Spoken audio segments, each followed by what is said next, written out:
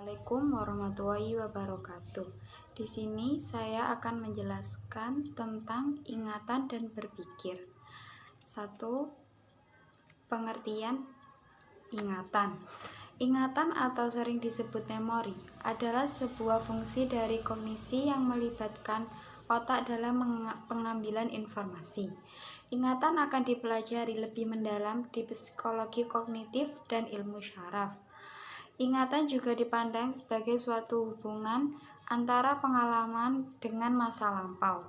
Apa yang telah diingat adalah hal yang pernah dialami, pernah dipersepsinya, dan hal tersebut pernah dimasukkan ke dalam jiwanya dan disimpan. Kemudian pada suatu waktu, kejadian itu ditimbulkan kembali dalam keadaan sadar. Ingatan menurut Sarlito, mengingat adalah perbuatan menyimpan hal-hal yang sudah pernah diketahui untuk pada suatu saat lain dikeluarkan dan digunakan kembali. Tanpa ingatan, maka hampir tidak mungkin seseorang mempelajari sesuatu. Sedangkan menurut Abu Ahmadi, ingatan atau memori ialah kekuatan jiwa untuk menerima, menyimpan, dan memproduksikan kesan-kesan. Jadi ada 3 unsur dalam perbuatan ingatan, ialah menerima kesan-kesan, menyimpan, dan memproduksikan. Ada juga tahap-tahap dalam memori atau ingatan. Sebelum seseorang mengingat suatu informasi atau sebuah kejadian di masa lalu, ternyata ada beberapa tahapan yang harus dilalui ingatan tersebut untuk bisa muncul kembali. Atkinson berpendapat bahwa para ahli psikologi membuat 3 tahapan ingatan, yaitu 1. Memasukkan pesan dalam ingatan, 2. Penyimpanan ingatan, 3. Mengingat kembali. 2. Yaitu berpikir. Pengertian berpikir. Mengenai soal berpikir ini terdapat beberapa pendapat. Di antaranya, ada yang menganggap sebagai suatu proses asosiasi saja. Pandangan semacam ini dikemukakan oleh kaum asosiasionis.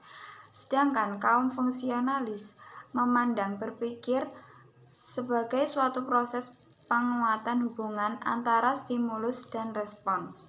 Di antaranya ada yang mengemukakan bahwa berpikir merupakan suatu kegiatan psikis untuk mencari hubungan antara 2 objek atau lebih.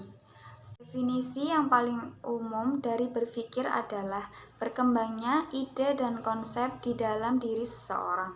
Perkembangan ide dan konsep ini berlangsung melalui proses penjalinan hubungan antara bagian-bagian informasi yang tersimpan di dalam diri seseorang yang berupa pengertian-pengertian. Dari gambaran ini dapat dilihat bahwa berpikir dasarnya adalah proses psikologis. Ada juga jenis, tipe, dan pola berpikir. Ada berbagai jenis dan tipe berpikir. Morgan membagi 2 jenis berpikir, yaitu berpikir autistik dan berpikir langsung. Berpikir autistik atau autistic thinking yaitu proses berpikir yang sangat pribadi, menggunakan simbol-simbol dengan makna yang sangat pribadi. Contohnya mimpi. Berpikir langsung atau directed thinking yaitu berpikir untuk memecahkan masalah. Proses berpikir. Proses atau jalannya berpikir itu pada pokoknya ada 3 langkah, yaitu 1. Pembentukan pengertian. Pengertian atau lebih tepatnya disebut pengertian logis.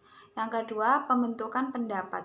Membentuk pendapat adalah meletakkan hubungan antara 2 buah pengertian atau lebih. Pendapat yang dinyatakan dalam bahasa disebut kalimat, yang terdiri dari pokok kalimat atau subjek dan sebutan atau predikat. 3. Penarikan kesimpulan atau pembentukan keputusan.